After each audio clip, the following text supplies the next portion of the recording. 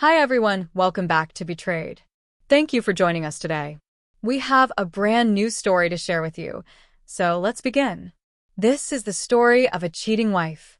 For the longest time, I truly believed I was a good husband, the kind of man who trusted easily and always gave others the benefit of the doubt. I wasn't someone who checked my wife's phone or questioned her every move. I didn't see a reason for jealousy or pointless drama. To me, love meant trust, and I believed that was enough.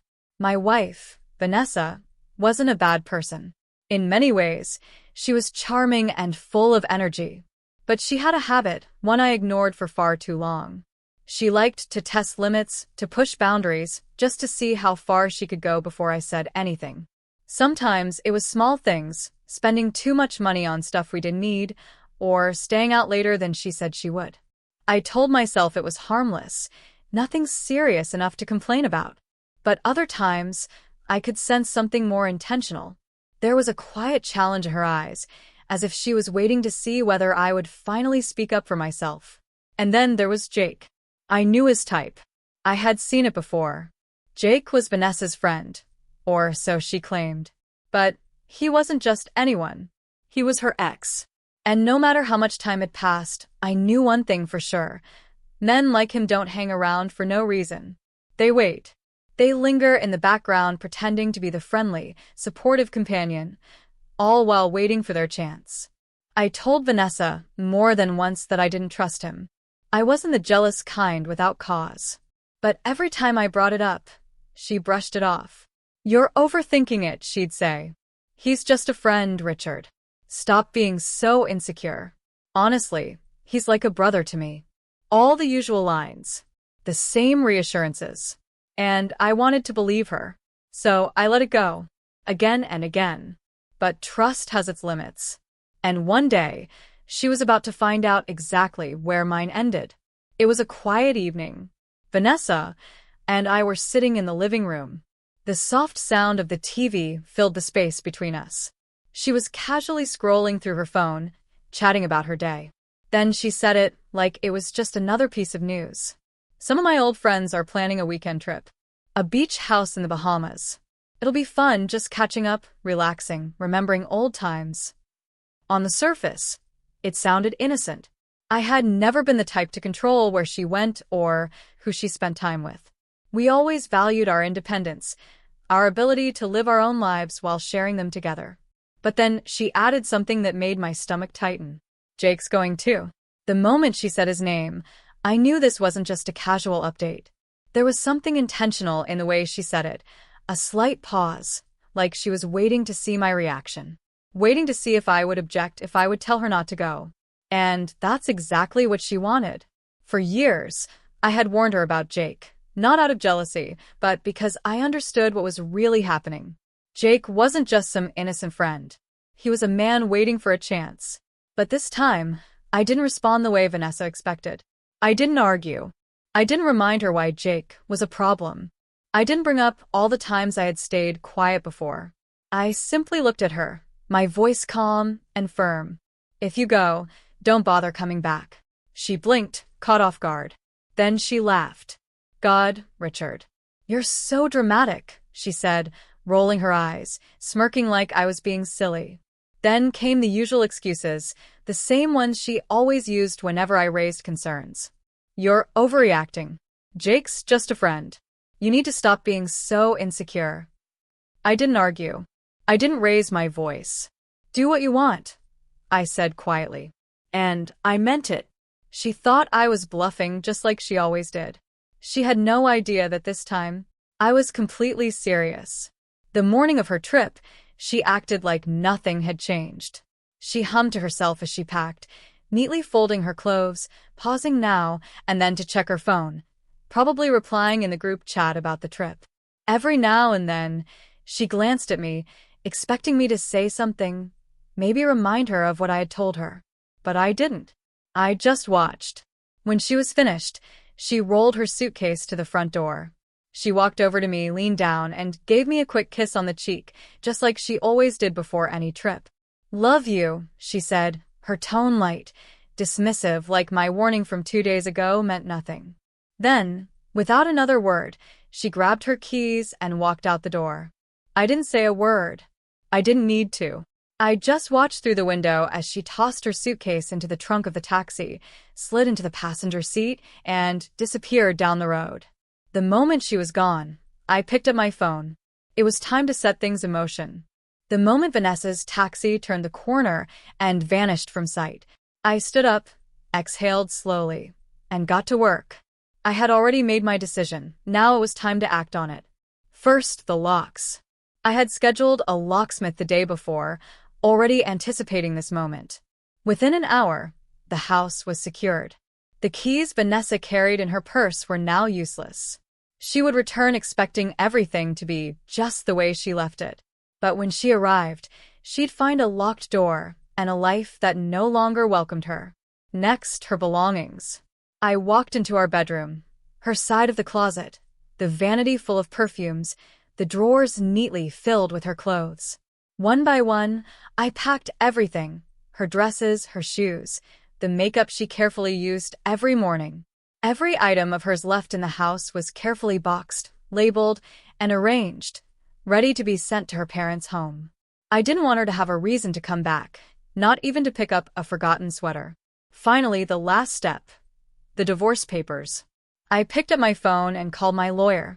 "I'm ready," I told him. "Make it official." There was no hesitation in my voice, no second thoughts, no regrets. This wasn't an empty warning. Vanessa had spent years believing she could push the boundaries, test my patience, and I would always forgive her. She thought she had me figured out, that I would complain, maybe go quiet, but in the end, I'd let it go. But this time was different.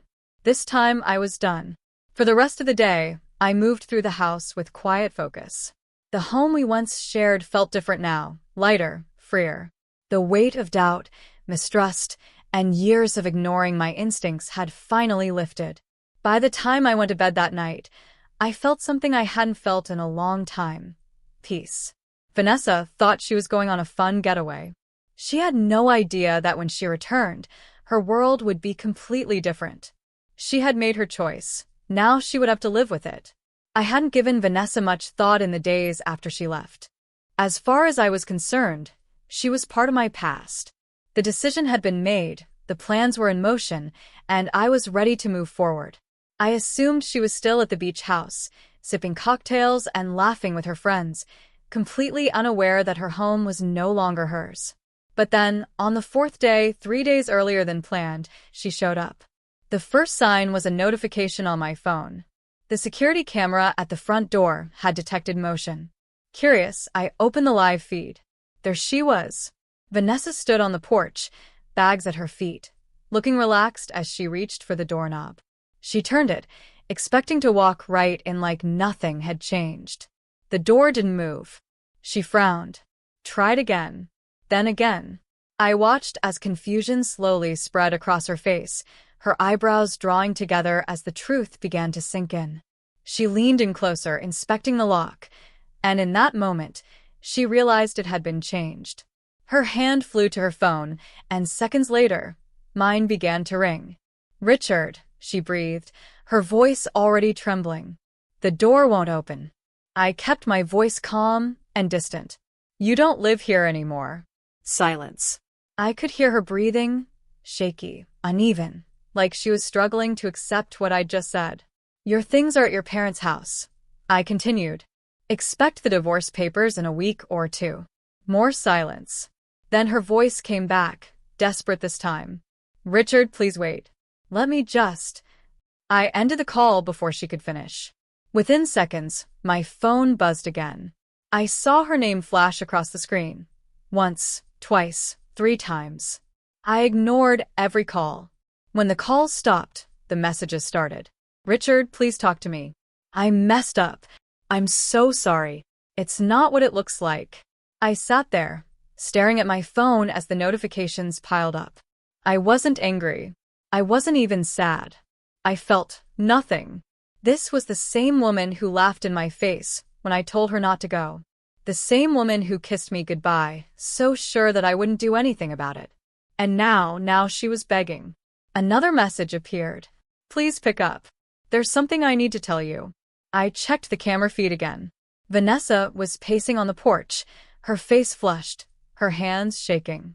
She looked panicked now, running her fingers through her hair, probably wondering how everything had fallen apart so fast. Then the messages stopped.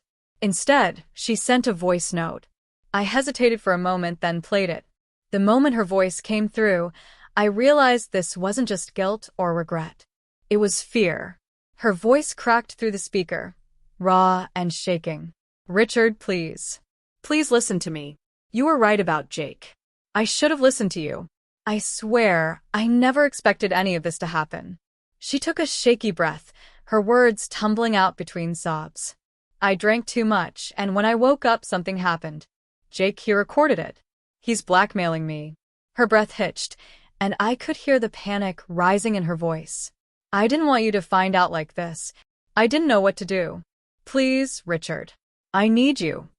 I sat there, listening, her desperation filling the silence of my home. She was scared now, not just because she had made a mistake, but because she had lost control. The man she had trusted had betrayed her. And now, she wanted me to fix it. Once, maybe I would have. Once, I might have let my heart soften, told myself that love meant forgiveness.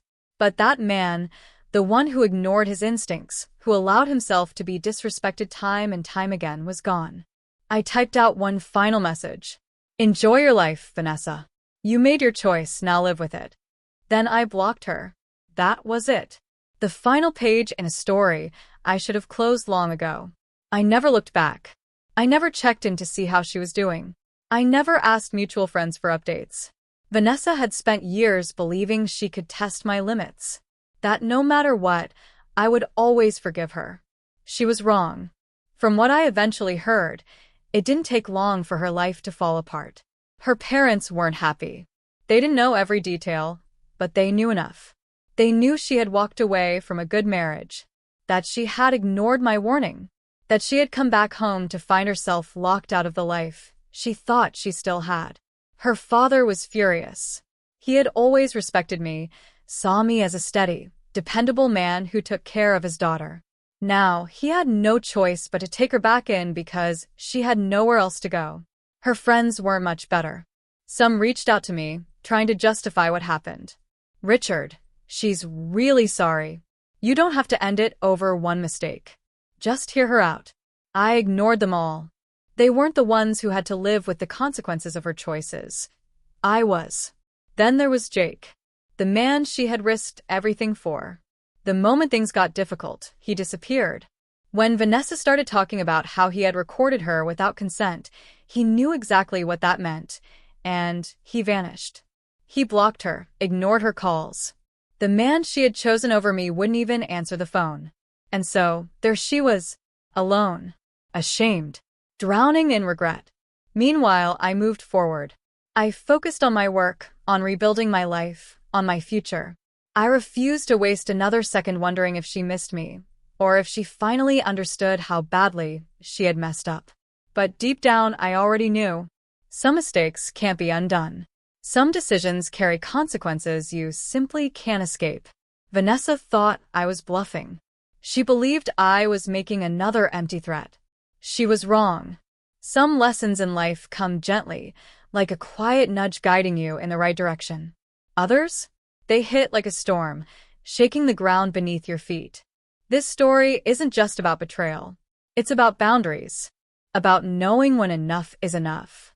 For years, Richard ignored the signs, convinced himself that trust meant turning a blind eye, that love meant patience, even when that patience was mistaken for weakness. But trust is a two-way street, and respect should never have to be begged for. Vanessa thought she could keep pushing, that the boundaries Richard set were flexible, negotiable. But life has a way of teaching us that some lines, once crossed, can never be redrawn. And when someone shows you, time and time again, that they don't respect you, that they don't value what you bring to the table, the hardest and bravest thing you can do is walk away. What do you think? Have you ever had to set a boundary that someone kept crossing? Did you ever reach a breaking point? Share your thoughts in the comments below. We'd love to hear your story. Until next time, take care, and remember, Knowing your worth isn't just about what you're willing to give. It's also about what you refuse to accept.